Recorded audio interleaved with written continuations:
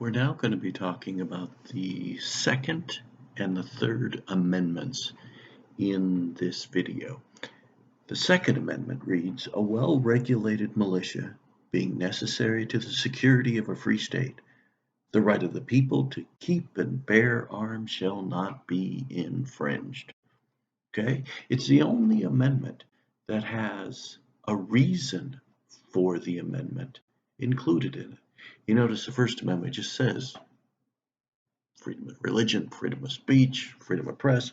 Here, this one, and it's unlike all the other amendments that come after this, it says a well-regulated militia being necessary to the security of a free state.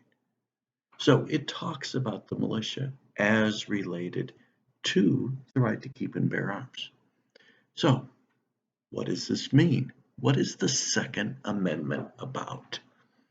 Well, through most of American history, the Second Amendment was interpreted as basically not being important. And I don't want to get people upset, but in fact, the focus when a case went to the Supreme Court regarding gun ownership was always the 10th Amendment. The 10th Amendment says the rights not given to the national government are given to the states or the people. So therefore, throughout American history, when you talked about gun ownership, you didn't talk about the Second Amendment. You talked about the 10th Amendment, which said it's a state issue. So therefore, through most of American history, when we talk about guns, we're talking about the state that you live in. What are their rules about gun ownership? And what we know is that in certain states, like Texas for one, there is a tremendous emphasis on individuals' rights to own guns. It's embedded in the Texas Constitution. Okay? And in fact, most states give people in their constitution rights regarding guns. Okay? There are some states that really restrict those rights. Okay?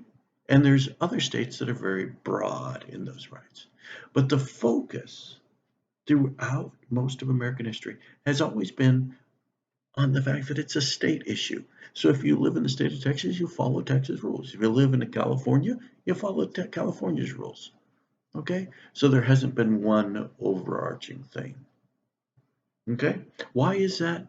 And because of the wording of the Second Amendment, that's what took place. Because the Second Amendment really talks about the militia. And to be honest, there hasn't been a great deal of agreement on what the word militia meant to the framers of the Constitution. A lot of people interpret the word militia meaning the National Guard. A lot of other people interpret it meaning individuals who would step up when called on by the government to go and defend the country. One is a regular army, the National Guard, in the sense that they get paid by the government.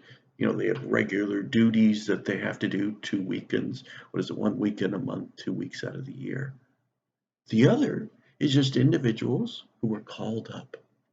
Now, we do know that to the framers of the Constitution, gun ownership was limited to men, and it was limited basically to white men.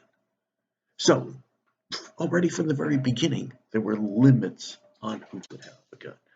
The last thing the framers wanted, especially those who owned slaves, was for slaves to have guns. So that's where we were until 2008. 2008, a case came before the Supreme Court. It's called Heller, H-E-L-L-E-R, Heller versus the District of Columbia.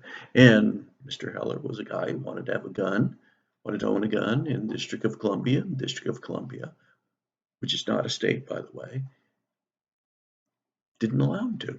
So he took his case to the Supreme Court, and what he did is he argued that the Second Amendment, especially the second clause of the Second Amendment, the right of the people to keep and bear arms shall not be infringed, implied then that there is an individual right to gun ownership.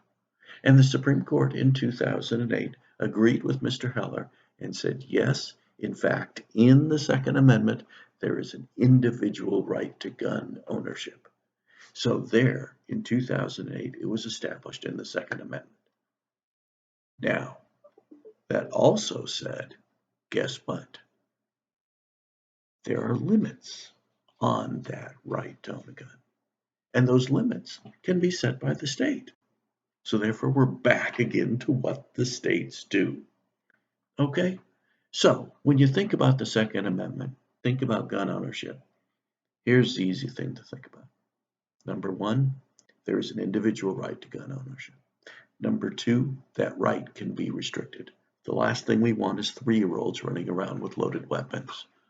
Okay? We do not want people who are in prison running around with weapons. So therefore, there are limits on the Second Amendment. And number three, third thing to remember about it is, of course, comes back to the states. The states can put limits on you. So if you want the greatest amount of gun ownership, gun freedom, the South seems to be the place where that's where it exists. Also, Vermont is by tradition, a very friendly gun-owning state. Okay, and then if you want a state where guns are not used, not in the sense of used, but not owned as much and there's more restrictions, then move to California, move to New York, move to Illinois. Okay, so Second Amendment, there is an individual right to own a gun, and there's limits on that right. There is no absolute right to gun ownership. Okay, now with that in mind, then we're going to go to the Third Amendment. And the Third Amendment is real quick, easy, not a big deal. No soldier shall in time of peace be quartered in any house without the consent of the owner, nor in time of war, but in a manner to be prescribed by law. What? Quartering of soldiers? What are we talking about? What we're talking about is at the time of the American Revolution, British government would bring troops over to the United States, at the time the colonies, and they didn't have a base for them. So they, said, go take over that house. And they would take over that house. And they would just stay there. That would be their base. Okay? I didn't understand it really in any sort of way until I went to China and I took a tour in Beijing. And we went to this one house of this lady as part of this tour. And she was an older lady, and she remembered during the Cultural Revolution in China, which was in the 1960s, one day Chinese troops came barging into her house and ordered her and her husband into the kitchen. The Chinese troops were taking over this house. Troops moved in. They had the bedrooms, the bathroom, the living room. This woman and her husband were given the kitchen. Their job was to cook and take care of those soldiers, cook and feed for them. Okay? They lost control of their house.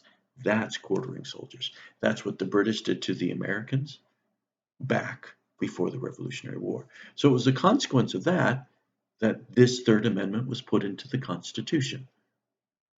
And we give our troops bases, okay? Dyess Air Force Base, okay? They're not coming and taking over our homes. They can't do that. There has been, I believe, only one case in American history that's gone to court over the Third Amendment. Okay? This is not a big deal. It was to the framers, but through time, it's not a big deal. Okay? So that's our Second and our Third Amendments. We'll be back with more later.